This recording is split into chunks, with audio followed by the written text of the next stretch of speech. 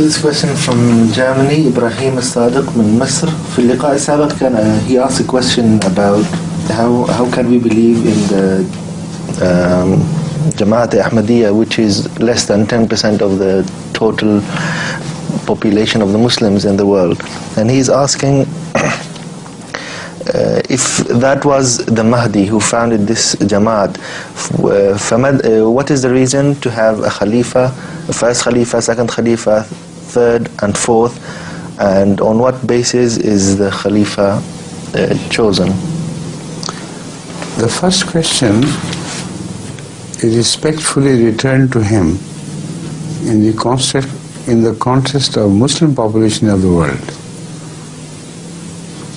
So let him please answer his own question first, with relation to the population of the Muslims in the entire world.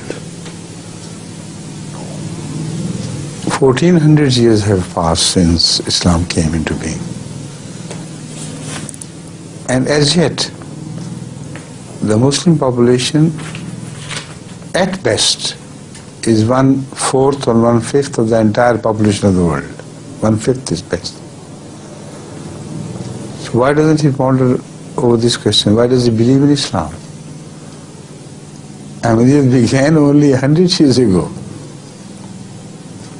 And Islam, which was created.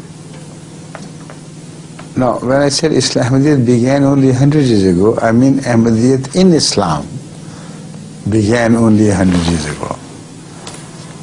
But Islam as such began 1400 years plus more in the past. And yet Islam is spread only very thinly all over the world. That is the picture which he should realize emerges from an overall view. But when he concentrates deeper into the affairs of the Muslims, he'll come to realize that they do not exist. Because when he changes his vantage point from one Muslim sect to the other, all the rest appear to be non-Muslims. And this we can prove from their own edicts. He becomes a Shia, for instance. He goes to Iran and looks at the rest of the Muslim world, so-called Muslim world, from the minarets of Iran. What he sees is non-Muslims spread all over the world, except for a few Shias, like salt in food, and no more. So he should go to Mecca and Medina and see how the world of Islam looks. The people of Mecca and Medina will tell him that only those are true Muslims who are Wahhabis. The rest is not Muslims at all. And the Wahhabis are very few in the world. So looking from the vantage point of the Meccans and Medina and Medinite people, looking from the minarets of Masjid al-Nabwi or Khana Kaaba, he would look at Iran and say, no, not one of them is Muslim. All finished. And then he would turn to Pakistan and India and say, oh, what mushrikeen, what idolaters. They believe in graves.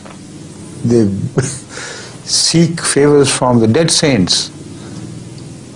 All have to be dubbed as non-Muslims. So on and so forth. He goes on shifting his places and goes ultimately to these so-called Muslims, but in reality mushrikeen, Barelvi Muslims. When he reaches there, then he looks back at Mecca and they will tell them they're non-Muslims, their kufr is worse than Qadianis. They insult the honor of Muhammad Rasulullah and they're not believers. Where will Islam be left? Nowhere. So he believes in Islam while it is not nowhere. He denies Ahmadiyyat, which is everywhere in one unity, one entity, single entity, indivisible entity. And that is the answer also of the second part of the question of Khilafat. The only difference between non-Ahmadiyya world and the Ahmadiyya world is that of the existence or non-existence of Khilafat. Khilafat is the link which connects us through the 1400 years back to the Khilafat of Hazrat Muhammad Rasulullah sallallahu alaihi wasallam. And it is because of his own prophecy. When he describes the decay and decline of the Muslim world, finally he declares, ثُمَّ تَكُونُ خِلَافَةٌ عَلَى مِنْهَجِ النُّبُوَّةِ. So it is his prophecy which is fulfilled. And it is because of that prophecy that we see at least one Jama'ah in Islam which displays the unity of Islam like the Quran describes it. They have turned into al-ikhwa. Ikhwa from all the countries of the world. They love each other like brothers. They offer sacrifices for the sake of others. And if the word ikhwa can be applicable to any body of people, it should be applicable to the body of Jamaat Ahmadiyya. Right? Thank you. What is your question? Well, would you put it, please?